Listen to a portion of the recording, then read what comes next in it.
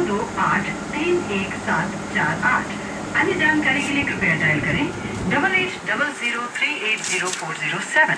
इसके साथ ही देखिए हमारी वेबसाइट भी www.krishnapremdharatrust.com। कार्यक्रम अर्पण में आपके साथ हूँ मैं पार्वती राठौर। आइए सुनते हैं कार्यक्रम का अगला प्रश्न। मैं मनीषा कपूर कृष्णानगर से बोल रही हूँ। माता जी को मेरा कोटि कोटि प्रणाम। माता जी, मैं भक्ति पथ पर चल रही हूँ और मुझे अपने भगवान पे पूर्ण विश्वास हो गया है। मैं उन पर ही पूरी तरह आश्रित होने लगी हूँ। लेकिन माता जी, चाहे वो घर हो चाहे वो बाहर, भगवान को केंद्र बिंदु बनाकर कोई बात करी जाती है तो लोग हमें बेवकूफ कर देते हैं और एक पल नहीं लगता हमें बेवकूफ करने में।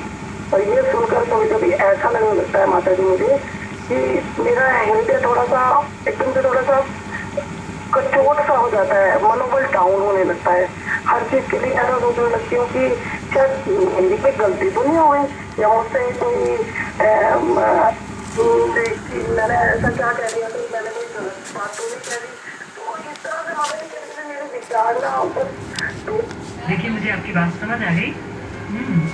आपके प्रश्न की अवधि जरा ज्यादा हो गई थी, इसलिए वो बीच में कट गया, लेकिन बात मुझे समझ आ गई मनीषा जी कि भगवान पे आपको पूरा विश्वास है, लेकिन जब लोग आपको ताने देने लगते हैं तो फिर आपको अच्छा नहीं लगता और आपको लगता है मैंने ऐसा क्या कह दिया कि ये इतनी बड़ी बड़ी बातें हमें सुना रहे हैं।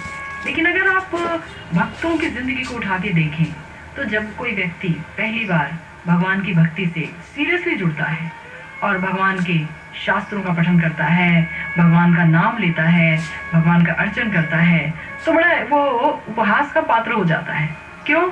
क्योंकि जब आप ज्ञान की रोशनी में आएंगे, जब आप रोशनी में नहाने लगेंगे, तो जो अज्ञानी हैं, जो अंधकार में बैठे हुए हैं, उन्हें तो यही नहीं पता कि वो अंधकार में बैठे हैं और आप रोशनी में आ गए।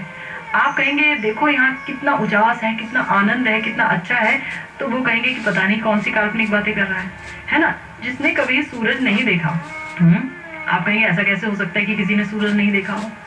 भाई ऐसा हो सकता है।